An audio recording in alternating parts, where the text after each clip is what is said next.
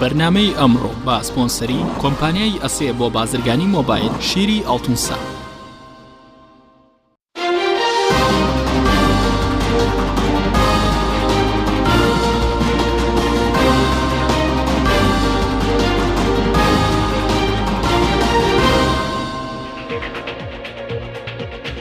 بەناوی خوای گەورە سڵاوتان لەبێت بەڕێزان. وەزارەتی ئەوقاف و کاروباری ئاینی حکوومەتی هەرێمی کوردستان کۆمەڵەیەک ڕێنمایی بۆ ڕێخستنی وتاری ئاینی دەردەکات. بە پێی ڕێنمایی و بڕیارەکان لەمەودا ناونیشانی وتاری هەینی بۆ مامۆستایانی ئاینی دیاری دەکرێت. بە میواندارێک لە بەڕێزان شێخ ئیبراهیم بەرزنجی ئەندامی لیژنەی باڵای ڕێخستنەوەی وتاری ئاینێروا بەڕێوەبەری ئیرشاد و لە توێژینەوە و لێکۆڵینەوە لە وەزارەتی ئەوقاف هەروەها کامران عەلی زانای ئاینی لە ستۆدیۆی سەرەکی لەگەڵمان دەبن. هەروە لە هەولێرەوە عوسمان کانی کوردەیی زانای ئاینی لەگەڵمان دەبێت. لە سەرەتادا راپۆرتێک دەبین، دواتر لەگەڵ میوانەکانمان درێژە بەم پرسە دەدەین. هەرێمی کوردستان بەدەست قەیرانی سیاسی و کێشەی نەبوونی ئاڵوگۆڕی دەسەڵات و پەکخستنی دامەزراوەکان و قەیرانی دارایی و گەندەڵی لە پرسی نەوت گیرۆ دەبووە. هەندێک جاریش بەرپرسانی حکومی و حەزبی بۆ لابردنی سەرنجی هاوڵاتیان لەسەر کێشە سەرەکیەکانی هەرێم دەست بۆ کۆمەڵێک پرس دەبن کە لە بنەڕەتدا ئەم پرسانە کێشە نین و نابنە سەرچاوەی کێشەکانیش. لە ماوەی ڕابردوودا وەزارەتی ئەوقافی هەرێمی کوردستان هەندێ هەنگاوینە بە ناوی چاکسازیەوە لەوانە ڕێخستنی وتاری هەینی سانسۆردانن لەسەر بڵاوکردنەوەی وتاری مامۆسایان و چالاکی ئاینیەکان لەلایەن کەناڵەکانی ڕاگەاندن و پاشان قسەکردن لەسەر بە ئەلیکترۆنیکردنی بانگی مزگەوتەکان. هەرکەم لەم بابەتانە قسەی جیاواز هەڵدەگرن و پێویستیان بە شڕۆڤە و لێکۆڵینەوەی جیاواز هەیە. ڕێخستنی وتاری هەینی گەر بەو مەبەستە بێت ڕێگری بکرێت لە مامۆستایان کە وتار لەسەر کێشە و قەیران و ئەو فەوزە سیاسیان نەدەن کە ئێستا لە هەرێمی کوردستان هەیە و گەروی تەواوی هاوڵاتیانی گرتووە، ئەوە ئەم بڕیارە ڕێک پێچەوانەی ئەو مەبەستەیە کە لە بنەڕەتدا لە ئاینی پیرۆزی ئیسلامدا وتاری هەینی لەسەر واجب کراوە. چونکە وتاری هەینی پێویستە بە شێوەیەک ئامادە بکرێت و پێشکەش بکرێت کە باس لە گرفتەکانی ڕۆژانەی هاوڵاتیان بکات و ڕێگەچاریان بۆ بدۆزێتەوە، نەک وتارەکان تەنها لە بابەتە مێژوویەکاندا خۆیان ببیننەوە. ئێمە ئاوانێژی خەسر و جەمعەکەین. وێڕای ئەوەی دابڕینی وتاری هەینی لە بارودۆخە سیاسیەکە ستەمێکە بە ناوی ڕێخستنی وتارەوە لە خودی ئاینی پیرۆزی ئیسلام دەکرێت. ئەمە بەو مانایشنات کە موسڵمانانیش بێگلەی بن لەسەر وتاری هەندێک لەو مامۆستایانی لە ڕۆژانی هەینی وتار دەخوێننەوە و پێش نوێژی دەکەن، چونکە هەندێکیان لەسەر پلە و توانای ئەکادیمی و زانستیدا نەنراون، بەڵکو بەداخەوە پێوەری کە کراوە بە بنەما لە دامەزراندنیان. بە پێچەوانەوە هەندێک لەو مامۆستانەی خوێندەوار بوون و وتاری باشیان پێشکەش دەکرد، کاریگەریان لەسەر کۆمەڵگا هەبوو با بڕیاری وەزارەتی ئەوقاف دوورخرانەوە لە مزگەوتەکانیان و ڕێگەی وتاردانیان لێگیرە. هاوڵاتیان ئومێدیان ئەوەیە لیژنەی ڕێخستنی وتاری مزگەوتەکان یەکێک لە کارەکانی ئەوە بێت کەسانی ناشایستە بە پشتگیری و پشتیوانی حەزب بە باڵەدەستەکان دانراون و لە بنەڕەتیشدا شایستەی ئەو شوێنیان نییە بگۆڕدرێن و خەڵکی خوێندەوار و بەتوانە بخرێتە سەر مینبەرەکان، نەک بە پێچەوانەوە کار بکات هەرچی کەسانی بەتوانە و شارەزا هەیە بە ناوی ڕێخستنی وتارەوە دووریان بخەنەوە و کەسانی دەستەمۆ بخەنە جێگاکەیان.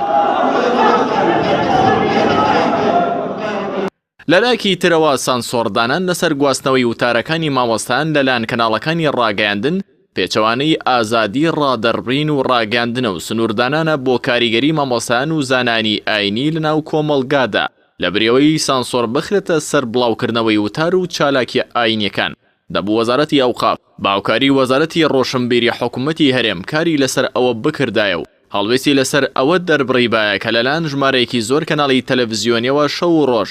جۆرەها فیلم و درامای بێگانە بە دۆبلاشکراوی لە شەشەکانیەوە پەخش و بڵاو دەکەنەوە کە زۆربیان لەگەڵ بیر و باوەڕی هاوڵاتیان و عادات و عورفی کۆمەڵاتی خەڵکی کوردستان یەک ناگرنەوە و جۆرەها گرفت و کێشەی کۆمەڵاتی لە ناو خێزانی کورددا دروست دەکات.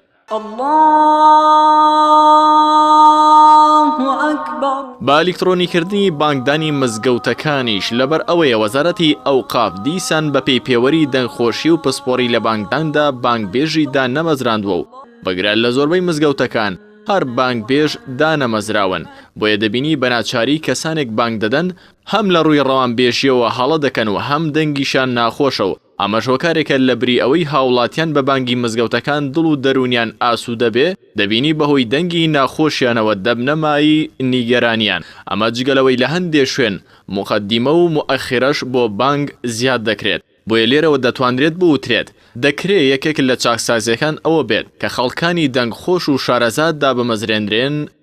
بۆ بانگدان.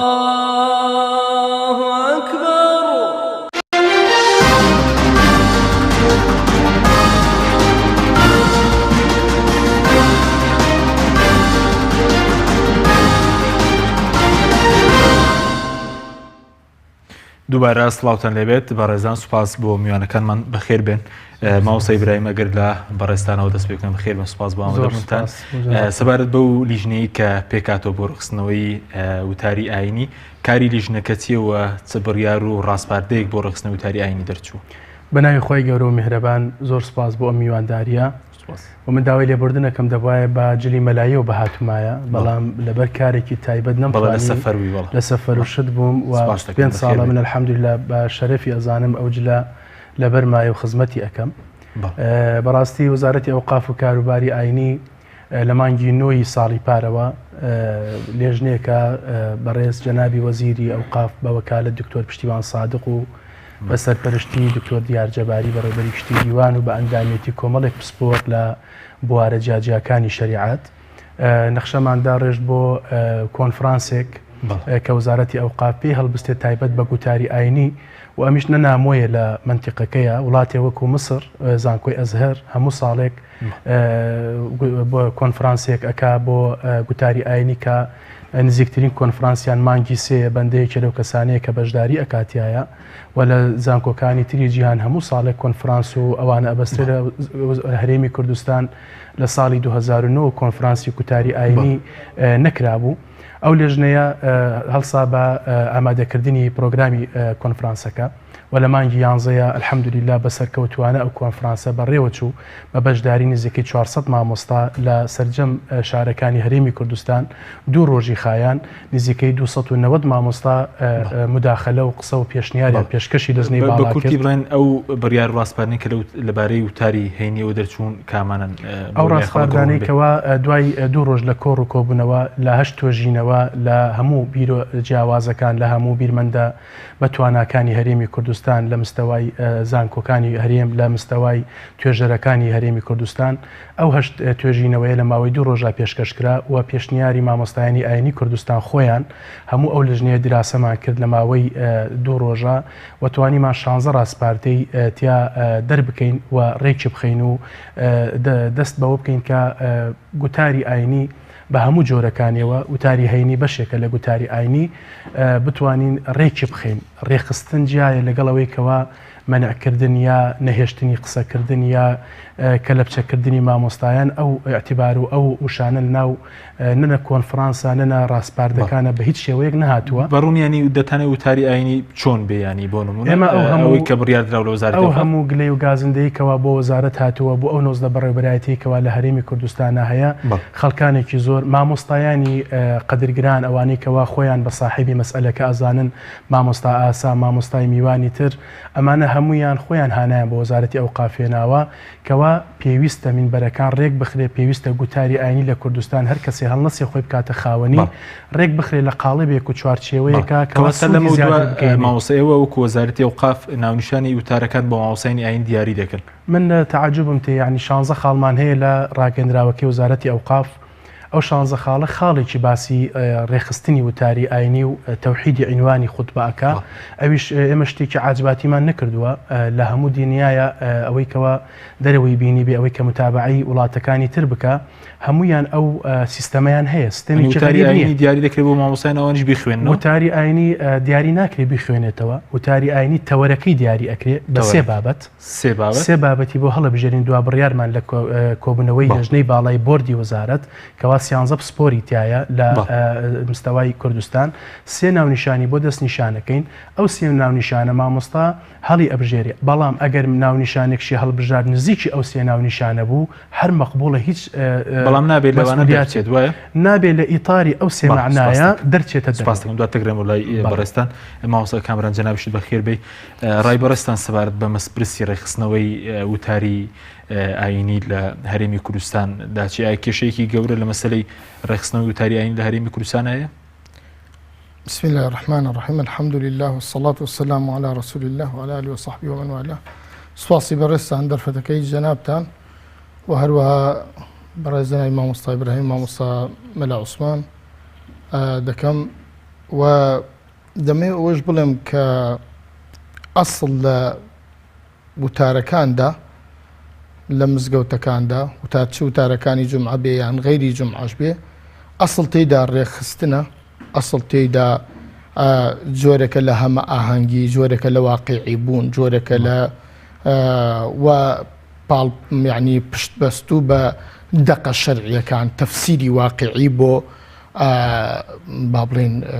ڕووداوەکان بە پاڵپشت بەستن بە دەقە شەرعیەکان ئەمە شتێکی زۆر مەطلوبە لە ڕووی شەرعیەوە و ئەولەویاتی هەیە فعلان هیچ ئینکاریەکی تێدا نییە بەڵام ئەوەی کەوا جێگەی سەرنجە ئەوەیە کە ڕەنگە بارودۆخی شارێک بۆ شارێک تایبەتمەندی منتیقەیەک بۆ منتیقەیەک یان ڕووداوێکی نەخوازراو دێتە پێشەوە یان جاری وایە تێگەشتنی من بۆ دەقێکی شەرعی و تەفسیرکردنی و دابەزاندنی بۆ ئەو واقعە جیاوازە لەو ڕوئیا و تێگەشتنەی کەوا با بڵێن حیزبی دەسەڵات فەرزی کردووە بەسەر کۆمەڵگەدا ڕەنگە من لە ڕوانگەی دەقێک لە دەقە شەرعیەکانەوە پێم وابێ ئەو بارودۆخە مەسەلەن بۆ نمونە تۆ کاتێکە بە من ئەڵەی ئەم جمعەیە باسی دزی بکرێ لە بەرەوەی دیاردەی دزی دیاردەیەکی زۆر ئینتیشارە و هەڕەشە لە ئاسایشی خەڵکی دەکا ئێگومانی تێدا نییە ئەو دزیەی کە دەسەڵات ئەیکا دەبێت لەسەری بوەسی پێش دزی هەموو کەسێکی تر ئەو خیانەتەی کە دەسەڵات لە ژێر دەستەکانی خۆی دەکا دەبێت تۆ لە ڕووی ڕوانگە شەرعیەکە و واقعی بوونت بۆ خوێندنەوەی دەقە شەرعیەکان دەبێت زۆر زیاتر لەسەر ئەو فەساد و ئەو دزی و ئەو خیانەتە بوەستی کەوا توێژی دەسەڵات هەر کەسێک ئەیبا بڕێوە باشە تۆ بە پلەی یەکەم دەبێت لەسەر ئەمە بوەستی کە ئەمە شوێنەوارێکی خراپی جێشتووە ئێستا سید لێرەدا سێریە قسەکە لەسەر مێ کاتێ تۆ ناونیشانێ بۆ من دیاری دەکەی نازانم ئەگەر چی ئەو ئاماژەی بە ناونیشانەکان نەکردووە کە ئەم ناونیشانانە چی و چی بەڵام تەحدید ناکرێ بۆچی خوێندنەوەی من بۆ ئەو دەقە بۆ نمونە تۆ بە من دەڵێی من سەلیمە المسلمونە من لیسانیه وەیەدی ئەوەی کەوا ئەو مسلمانە باشترینی مسلمانە کەوا کەسێک لە دەست و لە زمانی سەلامەت بێ باشە دەی دەستی دەسەڵات بەهێزترین دەسە کە کاتێک بە فەساد بەکاردێ زۆرترین فەساد ئینتیشار پێەکە باشە کاتێ زوڵمەکە زۆرترین زوڵم ئینتیشار پێەکە ئەو واقعەتاڵی ئێستا ئێمە هەرێمی کوردستانێکە ئێمە ئێستا گەر وتار بدەین لەسەر دزی سیارەیەک لە بازار ڕاکە کراوە ئەی ئەو دزی ئەو قوتی ئەو خەڵکە ئەی ئەو هەموو خیانەتە لە ژیانی ئابووری و کۆمەڵایەتی ئەو تێکدانی ئاسایشەی نەمانی یاسا و سەروەری کە ئێستا دەکرێت بە ناوی ڕێخستنەوە بۆ کامیانێن دەیانێت من پێم وایە ئەسڵ لە قەزەکەدا ڕێخستنە بەڵام دەسەڵات دەیەوێت ئەم وتارانە لە محتەوای واقعی بوونی دەرکێشێت خاڵی بکاتەوە چۆن بە من دەڵێ مامۆستا تۆ باسی تەسکیم بۆەکەی ئەم وتارە باشە باسی شتێکم بۆەکەی دواییش دێ کە من تەفسیری خۆم دەکەم لەم مەجالەدا یان دەستم دەبەسێ یان کە دەرچووم لە ئیتاری ئەمە یەکسەر پێم وەڵێ کاکە تۆ قەرار بوو باسی تەسکیە بکەیت بەڵامەکم لەولاوە هاتی باسی قەزەیەکی کرد لە کاتێکە ئەوەی لە واقعا دەگوزەری ئەولەویاتی هەیە بۆ باسکردن شتێکە غەیری تەسکیە باشە تەسکێشی فەساد کردووە لەبەر ئەوەی کە ئێمە لەگەڵی داین ئەوەیە تا ئەو جێگەیکەوە هەماهەنگی هەبێ لیژنەیەکی پسپۆر وەکو جەنابی مامۆستا کە فەرمووی ئەمە هیوادارین وا بێتە لیژنەکە پسپۆر بێ لە ژێر هەژمونی هیچ حیزبێکدا نەبێ کە ئێستا لە دەسەڵاتدایە لە لوتکەی دەسەڵاتدایە و با بڵێن ئەم فەسادە ئیداری و مالی و ئەم فەسادە سیاسی و نەبوونی یاسا و سەروەریە کە لە هەمان با بڵێن دەسەڵاتەوە سەرچاوی گرتووە. یعنی ئێمە هیوادارین دەسەڵات مەبەستی ئەوە نەبێت کە دەمی ئێمە ببەستێ لەوەی کەوا بمانەوێ کاتێک باسی دەقێکی شەرعی دەکەین و دای دەبەزێنین بۆ واقع و نمونە زیندوەکان دێنینەوە لەسەر ئەوەی کەوا دەسەڵات چەندە بە پشکی بەرئەکەوێ مامۆستای ئاینی چەندێ پشکی بەرەکەوێت لەم فەسادە لەم ناڕێکیە لەم نالەباریە لەم زوڵم و ستەمە توێژی مامۆستایانی با بڵێن سلکی پەروەردە کرێکار باشە قوتابی خوێنکار مامۆسای زانکۆ کاتێک کە دابەشی دەکەین کێ پشکی چەندێ پشکی بەرەکەوێ هیوادارین دەسەڵات پێی وانە بێکەوە ئێمە تەجاوزمان کردووە لە سنووری خۆماسەکەم دو تەگرم و لای بەرەستان ئەگەر بچینە هەورە لای مامۆستا عوسمان مامۆستا زۆر سوپاس بۆ بەشداریکردن لە بەرنامەکەماندا ڕای بەرەستان لەسەر ئەو بڕیار و ڕاستپاردانەی وەزارەتی ئەوقافی حکوومەت هێرێم چییە بۆ مەسەلەی ڕێخستنی وتاری ئاینی لە هەرێمی کوردستان پێتان وایە ئەمە بۆ بەهێزکردنی ناوڕۆکی وتاری ئاینی یاخود بۆ سانسۆرکردنی وتاری ئاینیە؟ بەناوی خۆی بەخشندەی میهرەبان سەرتا سەڵاو لە جەنابت و لە بینەرانی پەیام و میوانە بەڕێزەکانیشت دەستان خۆش بێ بۆم دەرفەتە لە سەرتاوە ئێمە هەر هەوڵ و تەقەڵایە کە هەبێ بۆ ڕێخستن و پوختەکردنی ئیش و کار و بارەکانی ناو وەزارەتی ئەوقافیان مدیرێتەکان یاخود مزگەوتەکان یاخود هەر کارێک بێ لەکە بەسەر بە وەزارەتی ئەوقاف بێ بۆ ڕێخستنی بێ ئێمە دەستخۆشی دەکەین ئێمە لەگەڵ فەوزادانین ئێمە لەگەڵ ئەوەدان کە بەڕاستی کار و ئیشەکان هەمووی بە تەنزیمات بێ هەر کەسە و بە کار و ئیش و ڕێگای خۆیدا بڕوە نەبادا خەتیب بانک بێژێ و بانک بێش خەتیب بێ و یاخود مدیر عام کەسێک بێ کە هەر کەسی گونجاو لە شوێنی گونجاو بێ بەڕاستی ئێمە جاری یەکەم کە ئەو بەرارانەمان بیست پێی زۆر نیگەران بووین لەبەر ئەوەی هەندێک ناشەفافێتی پێوە دیار بوو بەڵام دوا بەدوای ئەوەی کەوا لێژنەیەکی باڵای تر پێک هاتووە دوای ئەوەی کە ئەم لێژنەی کۆنفرانس تەواو بوو لێژنەی چکە پێک هاتووە لە وەزارەتی ئەوقافەوە لەگەڵ بەشێک لە زانانی هەولێر و سلێمانی و پارێزگاکانی تر دانیشتوون و ئەو بڕیارانەی کە ئەوان پێیان بووە وێڕا و جگە ئەنجودا بۆ لەو بڕیارانی کەەوە ئەم شازە خاڵەیە ئێمە لە بەدەستماندا هەیە ئەوە جێی دڵخۆشیە کە ئەگەر هاتو جای دەکەم بە ناوی یەکخستنی وتاری ئاینی بوو ئێستا بە ناوی ڕێخستنی وتاری ئاینیە بەڕاستی چەمکەکان زۆر لێک جودان ئەگەر بیانەوەی یەکیان بخەن ئەگەر 2000 خەتیب هەبێ هەمووی باسی یەک مۆزوع بکە ئەوە شتێکی خراپە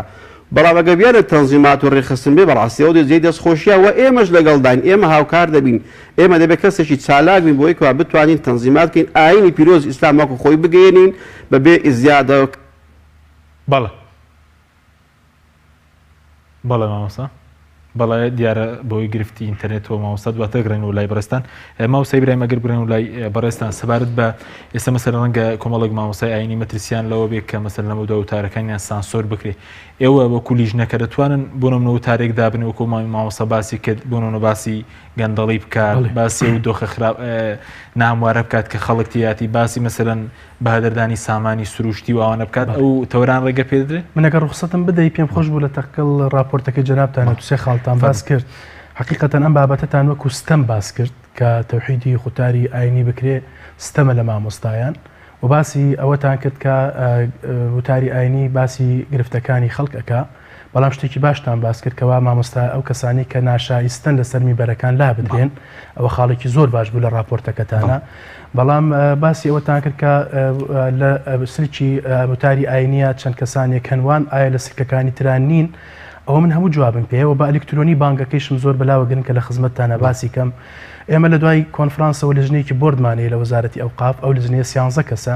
بۆ معلوماتی بەڕێستان و هەموو مامۆستایانی کوردستان حەزەکەم بە ئاشکرا بۆیان باسکەم لەژنەی ئامادەکردنی وتارەکە هیچ کەسێک لە ئەندامانی وەزارەتی ئەوقافی تیان نییە بەڵکو دکتۆر بەشیر حەدادی تیا سەرۆکی لەژنەکەیە کەوا هیچ پەیوەندێکی بە ئەوقافەوە نییە کابرا خۆبەخشانە خزمەتی ئەو بابەتاکە. دکتۆر سەباح بەرزنجی تایە کەوا شخصێتێکی معروفی کوردستانە، دکتۆر کەمالی تایە و دکتۆر قاسمی تایە و چەند کەسانێکی تر دکتۆر مامۆستا جەلال خێلانی تایە. ئەوانە هەمووی هیچ پەیوەندیەکیان بە وزارەتی ئەوقاف نییە با خزمەتکەم. ئێمە لەژنەیەکی تەکنیکیمان هەیە بۆ ئەوەی کەوا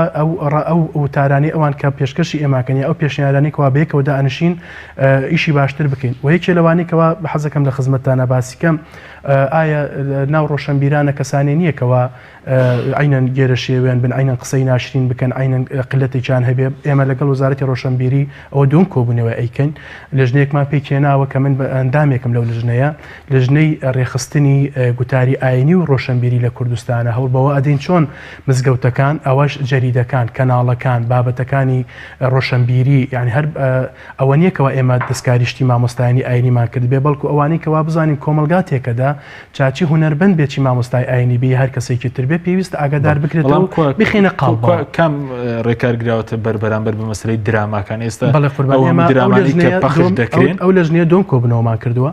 و بڕیاریشە زۆر ئیشی باش بکەین و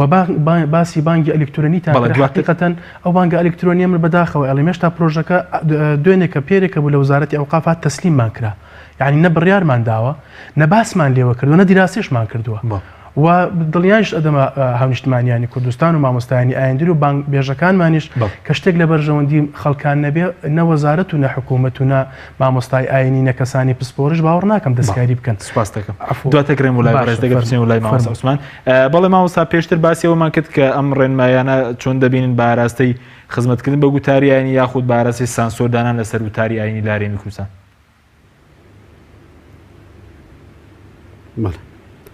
بەڵێ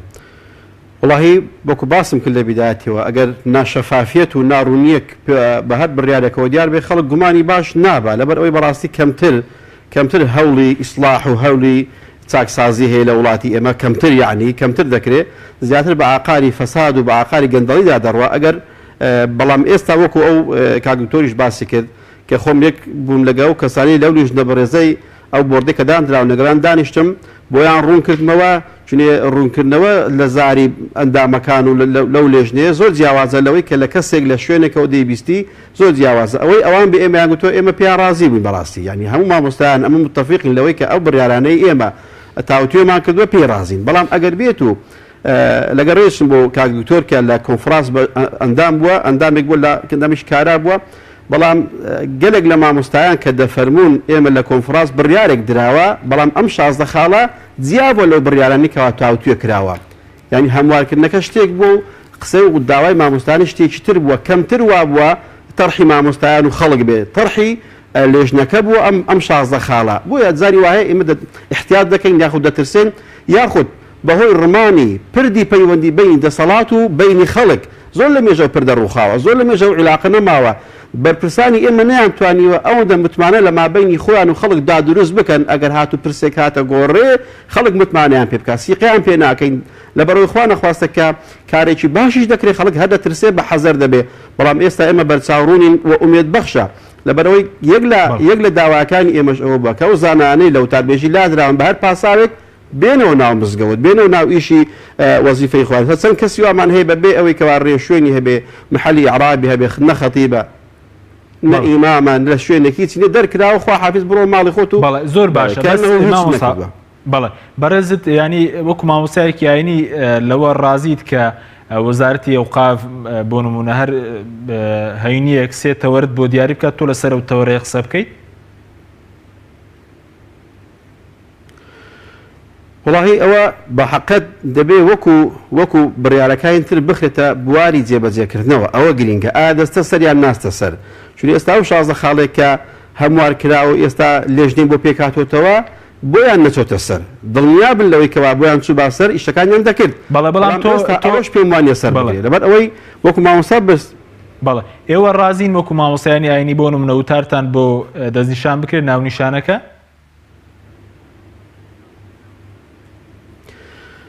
بە خودای ڕازین لەبەرچی لەبەر ئەوەی لەوانێ بەیانی لەسەر من زۆر تون بێ بەڵام لەسەر مامۆستایەک کە لە دەسەڵاتەوە نزیکە زۆر شل بێ لەوانەیە ئەو متابعە نەکرێت من متابعە دەکەم دەبێت یاسا لەسەر من ئەو کاتی منی پێ دەگرن ئەو براش کە لەوانەوە نزیکە پیان ناگیرێ یان سانسۆر لەسەر مامۆستای خۆیان نییە یان ئەو مامۆستانێکەوە باسی گەندەڵی و باسی ناعەدالەتی دەکەن ئەوانە مەسموحن گڵۆپیان بۆ پێکراوە بەڵام کەسێکەوە ئەگەر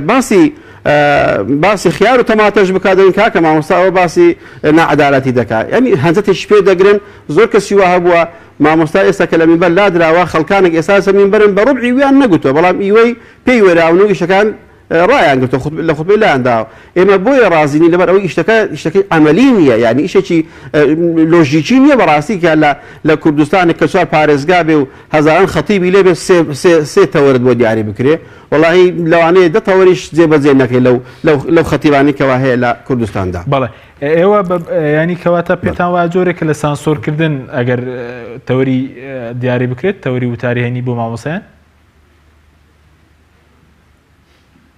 ئەگەر لە دوای بڕیارەکە کە بۆ بڕیار و جێبەجێ کرا و کردەوەی باشیمان دیت دەڵێ دەستان خۆش بێ ئەگەر نا بەڕاستی ئەو ترسە ئێستا هەمانە بەڵێ بە هەمان شێو پێمان وایە بەرتەسکردنەوەی ئازادیەکانە بۆ کپکردنی دەنگی مامۆستایانە کپکردنی دەنگی ناڕەزایی مینبەرەکانە بەڕاستی کە ئەوڕۆ تەنها جەیە کە حەقی لێبوترێ مینبەر و مزگەوتە و ئەوێش سانسۆر کرا و ئەوێش قەدەغە کرا و ئەنجا کامێرەیەک نەبێ دەنگم بگوازێتەوە ئەنجا کەسێک نەتوانێت ڕسمێکم بگرێ کەسێک نەتوانێت خوتبە نەقڵ بکە ئەوە هەمووی بەرتەسکردنەوەی ئازادیەکان و وەروها قەدەغەکردنی بەشی ئیعلامی و تونند و تیژیە خۆی ئەو تونند و تیژە بەرامبەر ئیعلام دەکرێت بەڕاستی ینی حەقوای وەزارەتی ڕۆشنبیری بۆ خۆی لەسەوە بەجواب بێ هەموو مامۆستایە کامیرەی هەبێ بەیانێکە بوختانێکی پێکرا گوتیان مامۆستا تەشیری بە فڵان کەس کردووە بە کەسێک کردووە بێنە سیدەکەی لێ بدەنەوە ئەو سیدە دەبێتە بەڵگەیەک و مستەمسکێک بۆ ئەوان بەڵام بە شێوازی لێدانەکەی شێوازی پەخشکردنەکەی مامۆستایە کە وتارەدا باسی شتێکی بەسیت دەکات لەو کە داوای فەزای پەخش نەکرێت. بەڵێ سوپاس دەکەم دواتر دەگەڕێنەوە لای بەڕێستان بەڵێ بینەرانی بەڕێز ناوبڕێکی کورت و دەگەڕێنەوە وڵاتان لەگەڵمان بمێنەوە. بەرنامەی ئەمڕۆ بە سپۆنسەری کۆمپانیای ئەسێ بۆ بازرگانی مۆبایل شیری ئەڵتونسا.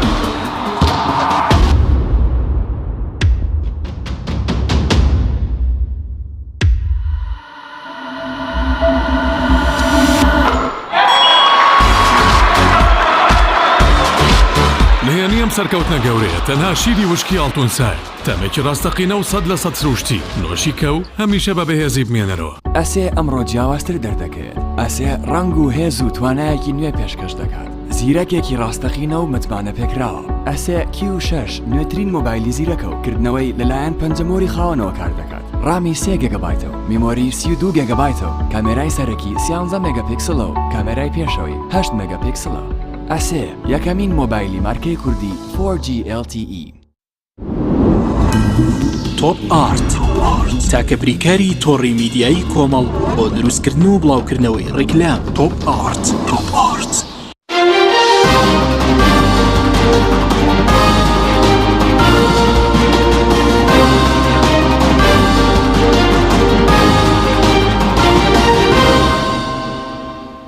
دووبارە سڵاوتان لەبێت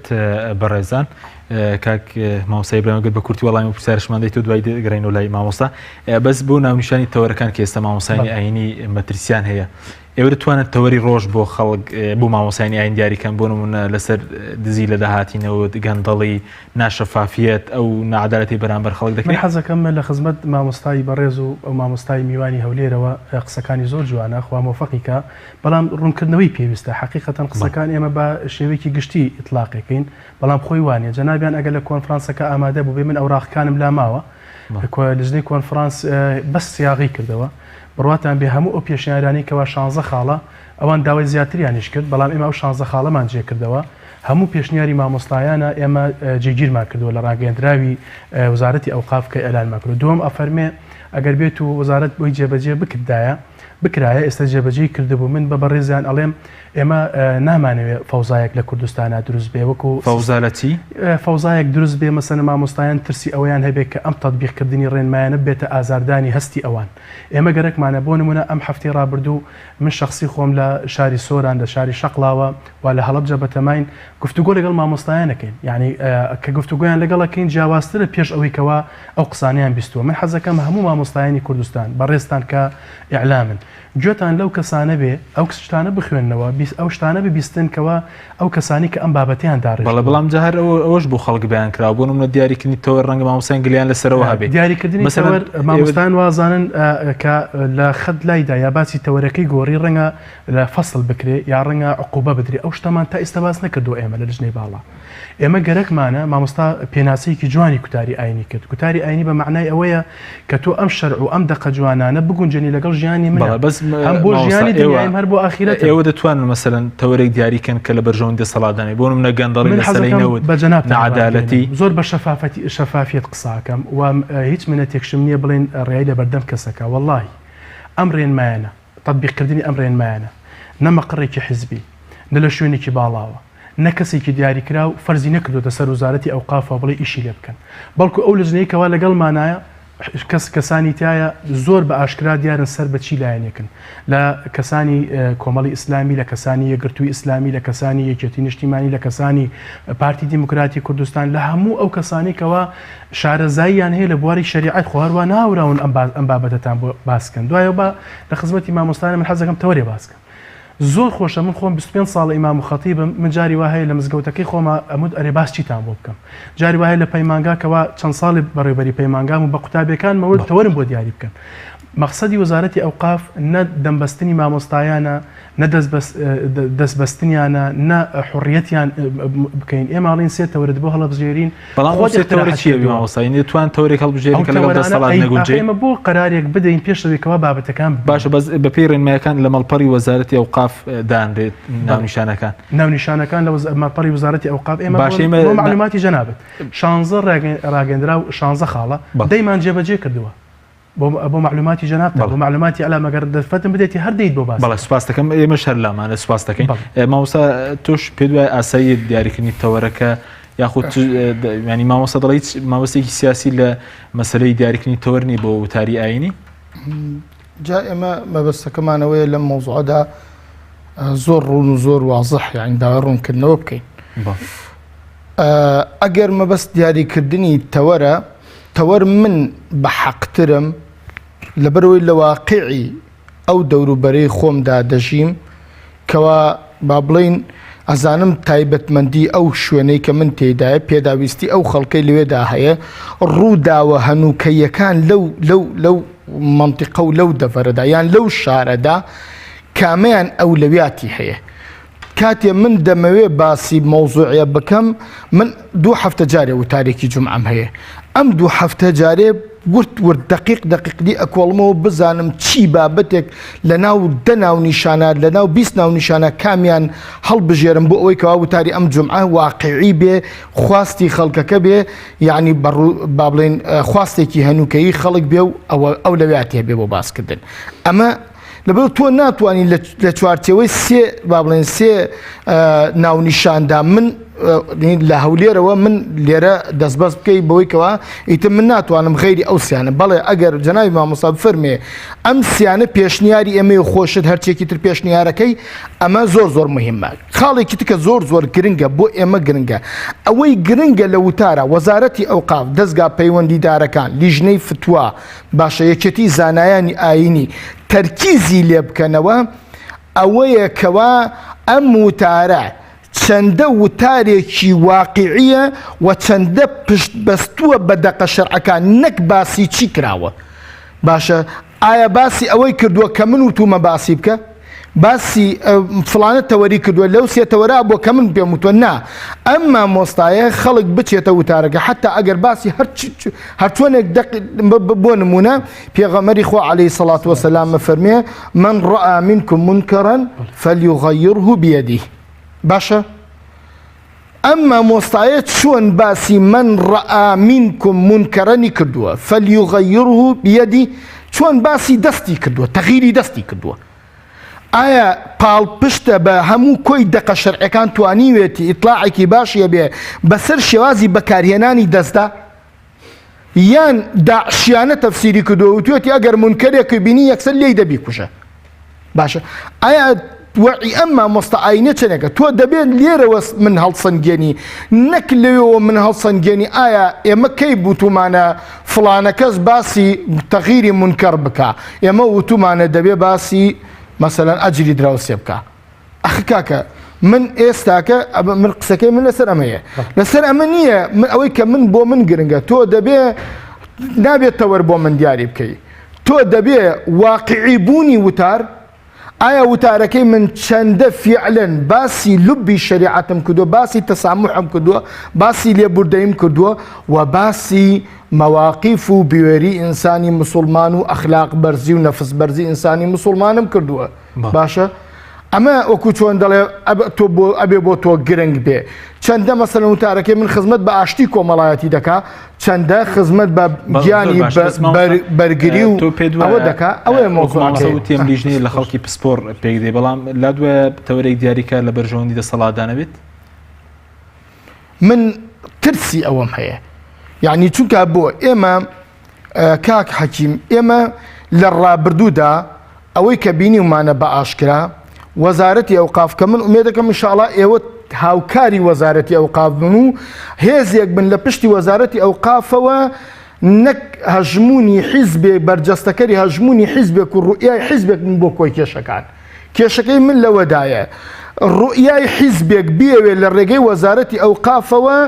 ڕوئیای حیزبێک بکە بە یاسا و بە یاسا بۆکو بڵێ بیسە پێنە بەسەر مندا باشە بۆ کۆی کێشەکان کە ڕەنگە من 100 پلا لەگەڵ ئەو ڕوئایەدا دژایەتی مەبێ وە بە دەقە شەرعیەکانیش دەیسەلمێنم وەکو مامۆستایەکی ئاینی ئەو ڕوئایە لێوان لێوە لە ستەم و لە غەدر باشە بەڵام تۆ بتەوێ جەناب مەسە ئەو لیژنەیەکی پسپۆر کەسایەتی بێلایەنی وەکو جەنابتان بگلێن بە با بڵێن بە پیلانێکەوە کە دوجار وەکو چۆن دەڵێ سەری ئێوەش بەشێک بن لە ستەم یعنی بە هێزکردنی دەستی باش بەس مامۆستا تۆ گەر بەڕوونی پێ دوێ کام جۆ لە تەوەرە ئێستا ئێوە تەسیستان لەوەیە کە تەورێک دیاری بکرێت مەسەلەن باسی دۆخی ئێستای خەڵک نەکات من بەڵێ من قەناعەتم وایە من بۆ خۆم تا ئێستا تێگەشتنم وایە ئومێد دەکەم ئینشەڵڵا من هەڵە بم باشە قەناعەتم وایە ئەمە پرۆژەیەکە پرۆژەیە ڕوئیای حیزبێکی دیاری کراوەیان ناتوانمەوە وەکو چۆن بڵێ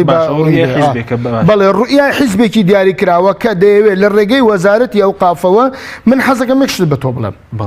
لە ماوەی ساڵ و نیوی ڕابردوودا مزگەوتەکان ئەوەی میم بێ مزگەوت مینبەر مەلا مێزەر زۆرترین سوکایەتی پێکراوە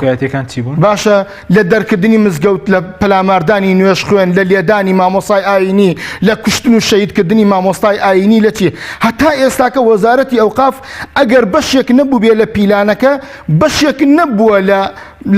خزمەتکردنی مامۆستا و مزگەوت و با بڵێن گێڕانەوەی حەق بۆ مامۆستا و بۆ مزگەوت ئێستا تۆ دەڵێیت لە ژێر هەژمونی حیزبیدا بێ و من ئومێد ئەکەم ئینشەڵڵا من لێرەدا هەڵە بم ئەو لیژنەیەکەوە کە جەنابی مامۆستا و ئەو بەڕێزانی تیش کە باسییان کرد پرۆژەی ئەمان بێ و پرۆژەکە پرۆژەیەکی بێلایەن بێ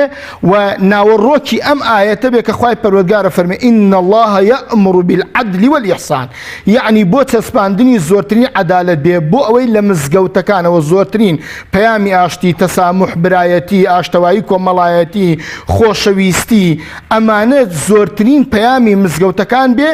لەگەڵ ئەوەی کەوا مزگەوتەکان نەگلێن بە زوڵم و ستەمیان پشتیوانیکردنی دەسەڵاتدارانێکی زاڵم و ستەمکار کە زاڵممان هەیە لە کوردستان جا ئەو وڵاتەی ئێمە ئەوە بەرهەم و دەرئەنجامی ئەو هەموو زوڵم و فیرعەونایەتیە کە بەسەر ئەم وڵاتەدا دەکرێت هەرچی ئاەتەکانی قورئانەکە باسی فیرعەونەکە من بە تەحەداوە ئەڵێم بێنە ئەگەرەکم ئەو فیرعەونایەتێ لە هەمان لە کوردستانان نەبوو ئەوە ئەڵبەتە من ئامادەم کابراوتی منم بکەن بەپەتا ئەگەر قورئان سوورەی قەسەس بۆ ئەم واقعەی هەرێمی کوردستان دانەبەزی بوو من ئامادەم کابراوتی منم بکەن بەپەتا هەر سوورەی قەسەس باسی فرعون و موسا هەر هەمووی ئەگەرەکم ئەو توغیانەی فرعون لە ئەمری واقع نەبوو بوو بە واقع لە هەرێمی کوردستان ئێستا بەرجەستە نەبوو بوو ئەگەر فرعونایەتی لە حکمڕانیدا ئەگەر قارونیەتی لە کۆمپانیا و قۆڕکردنی کۆمپانیاکان و دزینی سەرۆت و سامانی خەڵکیدا ئەگەر هامانێتی لە وەزیر و لە گزیر و لە پەرلەمانتارێکەوە پاسا و پینەپەڕۆی فەساد و خیانەتەکانی دەسەڵاتەکە ئەگەر واقع نەبوو ئەگەرەکم دەسەڵاتێکی فرعونایەتی نەبوو ئەگەر قارونی نەبوو کۆمپانیاکانی نزیکی دەسەڵات و کە سوکارەکانیان هەرچی سەرۆت و سامانی میلەتێک قۆرخیان نەکرد بوو قارونیان نەکرد بوو ئەگەرەکم هامانی نەبوون چواردەورەکان و ڕاوێژکارەکانیان ئەوە تو ئێوە بێن بڵێ بڵێ وەڵاهی ئەلف و بێ ئامادەم کابراتی ڕیششم زۆر بە کورتی ڕیش بتاش نەگەروانە بوو ئەگەروان نەبوو باشە زۆر باشە ئەگەر خی پەرۆگا کە باسی قارونەکە قارون لە نزیکی دەسەڵاتە نەبوو بە کورتی ئەگەر باسی فرعونایەتی ئەگا کە فرعونایەتی لە دەسەڵاتی هەرێمی کوردستاندا نییە ئەگەر کە خی پەرۆگار باسی هامان دەکا ئەگەر ڕاوێژکاری خراپ و فاسد و خائین لە دەوری دەسەڵاتان نییە باشە ئەمن ئامادەم ڕیششم ڕێگە دەدرێ باسی ئەو فیرعوانانە بکرێت لە وتاریانیدا من بۆ خۆم باسم کردووە بەڵێ من بۆ خۆم باسم کردەوە تێگەیشتم لە قورئان مامۆستاش سوپاس دەکەم ئەگەر بچینەوە هەولێر مامۆستا عوسمان بە بۆچوونی بەڕێز ئەگەر ئەم ڕێخستنەوەی بەشێک بێت لەوەی کە پێداچنەوە بە وتاربێژەکان بکرێت تا چەند کارێکی باشە ڕەنگە ئێستا کۆمەڵێک وتار بێشە بێت لەگەڵ پەرێزمان بۆ تاوی مامۆستایانی ئاینی ڕەنگە وەکو پێویست مەسەلەن لەسەر ئەساسی لێهاتووی لەسەر ئەساسی ئەکادیمی دانەمەنزراون.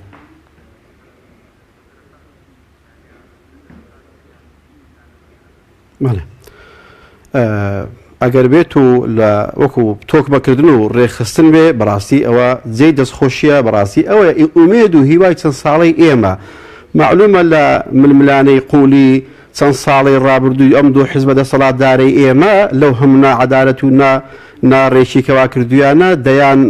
پێشنوێژ و تار خوێناندا لەسەر امتیازاتی حیزبی و لەسەرەوەی کە لە حیزبەوە نێزیک بووە هەر کەسە و حیزباتی و خزماتی و خۆیەتیان کردووە بەڕاستی خەتیبێکی زۆرمان هەن لەوانەیە شایستە نەبن ئەو ڕۆ خودبەی بخوێنەوە بانگ بێژمان هەن لەوانەیە شایستەی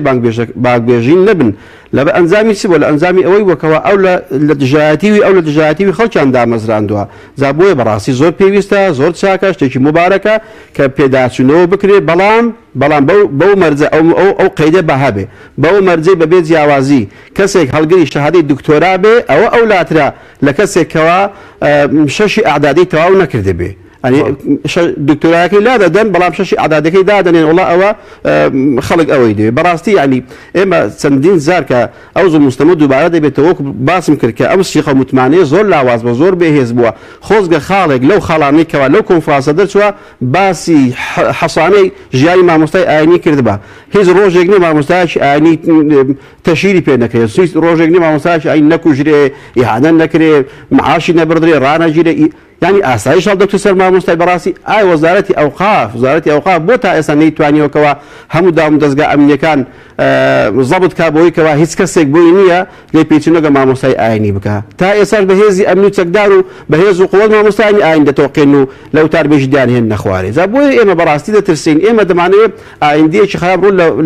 لە نەوە وچەکانی ئێمە نەکا دەمانەوێت ئایندەیەک بکەوە خزمەت بە هەموو خەڵک بکە خزمەت بە ئاینی ئیسلام بکە و ئەو کەسانی کەوا لەو لێژنە و لەو کۆنفرانسەدا بوون ئێمە ئومێدمان زۆر پێیان هەیە لەبەرەوەی الحەمدوللا بەشێکی زۆریان خاوەن ڕابردوویەکی زۆر پیرۆزن زۆر پاکن بەڵام ئەگەر هەر بێت و خوا نەخواستە بیانەوێتەوە دەستی ڕەشیان پێ بستڕێتەوە ئەوان بۆ خۆیان لە ئێمە ئازاترن لەناو کۆنفرانسەوە ئەو لێژنەی و ئەو بۆردە دەردەچن نانێ ببنە بەردێکەوە کابرایەکی ستەمکار بیهاوێ و خەڵکی مەزلومی پێ بریندار بکاو بیکوژێ بۆیە هەر کاتێکەوە مامۆستای ئاینی وتارێکی هەڵەیدا وتارێکی ناشایستەیدا پێمان وایە وەکو ئەوە پزیشکێک دەرمانێکی هەڵەیدا بێتە نەخۆشێک لە باتیەوەی دەردەکەی چا بکە ئەو دەکە قورستری بکە و لە ناوی با تووشی نەخۆشی و هیلاکەتی بکە بگرە مامۆستایانی ئاینی ئەگەر خوا نەخواستە ئەگەر لایەندا لە خەتی مستەقیم و سڕات المستەقیم و ڕێگای ڕاستی پێغەمبەر صلی الله علیه وسلم ئەو کاتی زۆر زیان بەخشترە زۆر خراپترە لەو کەسانی کەوا خەڵکێک لە دەکوژێ یان خەڵکێک لەبەر ئەوەی ئەو ئیبادەی جەماعی پێوە دەبێ خوا نەخواستە خەڵکێک تووشی فکرێکی تیژی بکە یان خەڵکێک هەمدا بۆ قەزیەک یان کوشتنی یان بڕینە یان هەر شتێک بێ بەڕاستی ئەو کاتی زۆر باش بەس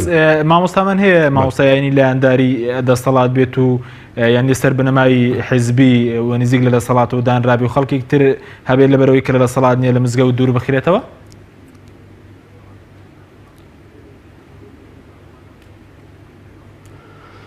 ئێستاکە ئەگەر بڵێم ئەوەی مابێ لەگە دەسەڵاتە بێ ئینسافیە یعنی بێ ئینسافێکی زۆرە بەڵام وەڵاهی ئەوەی دەقسەی حەق بکە سەری یازدەمین دەردەکرێت ئەو نمونەشمان وا هەیە چەندین مامۆستامان هەیە لە شاری هەولێر بە زۆری کە لادراون تا ئێستا خۆم یەک لەو کەسانێکەوە بە زەبری چەک بە زەبری ئاسایی بە زەبری بە 400-500 چەکدار لە مزگەوتی من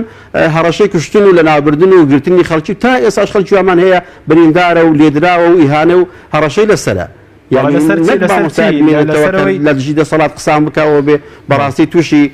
کوشتن دەبێت تووشی ئەوە دەبێتەوە ماڵە منداڵیشی. بەڵێ زۆر بە کورتی لەسەر چی بوو ئەو لێدانەی مامۆستایان و دەرکردنیان لەسەر چی بۆ زۆر بە کورتی؟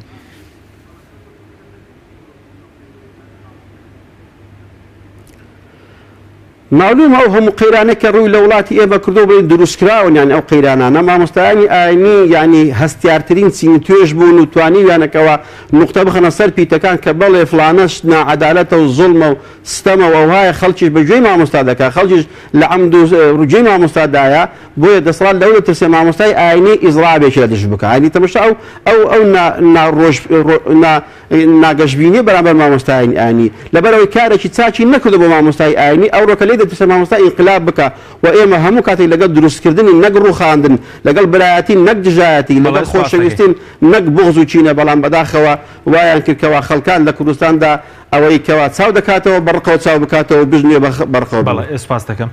مامۆستا ئیبراهیم کاتیمە کەمەوە سەبارەت بووی کە باسی ئەویان کرد کە پێشێلکاری بەرامبەر مامۆستایان کراوە مامۆستا ڕشی سووتێنراوە تیرۆکراوە بەس بۆچی هەڵوێز نەبووە؟ من بەس لە خزمەت مامۆستایان قسەکانیان تانیوەی مامۆستا کامەران قسەکەی لەگەڵ یابووم لەگەڵ فیرعونەکە دانی تۆ قوربان ئێستا باسی فیرعونەکەش بۆ فیرعونەکە هەیە مامۆستا بۆ چوونی تۆ لە کوردستان مامۆستا من زۆر تەعجب تێ مامۆستایەک ینی مامۆستا کامەران مامۆستای ئێمە ڕێزێکی تایبەتم بۆ هەیە من خۆشەویستە لام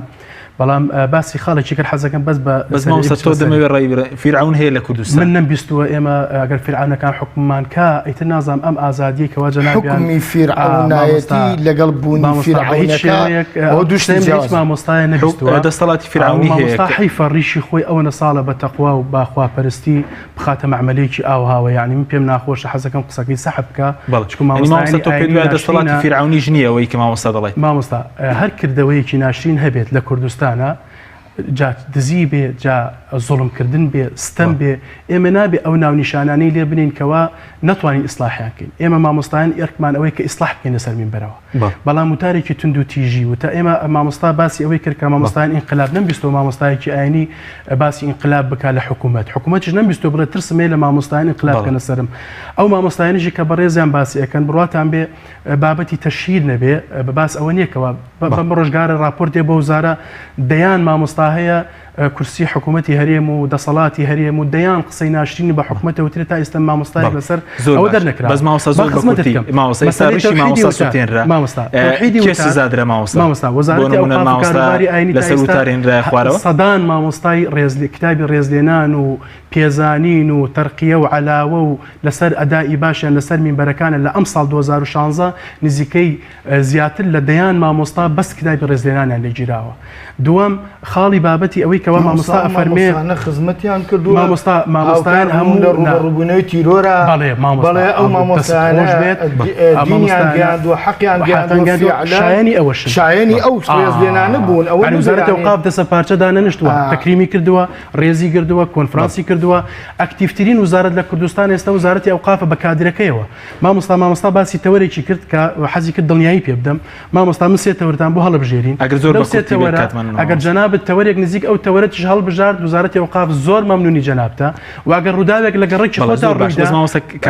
سندوقێکمانیشە لە وزارەتی ئەوقاف سندوقی زانیاری مامۆستایان جەنابیان 52 خودبە بداتە دەستی من ڕەنگە وتارەکانی جەنابی بناو لەژنەی بۆردا بکەینە وتاری زۆر باشە بە زۆر بە کورتی دەڵێن بۆ من وزارەتی ئەوقاف ڕشی مامۆستا سووتێنرا من نەبیستۆ وزارەتی ئەوقاف ڕشی کەس بستوێن هەڵوێستی نەبوو هەڵوێستی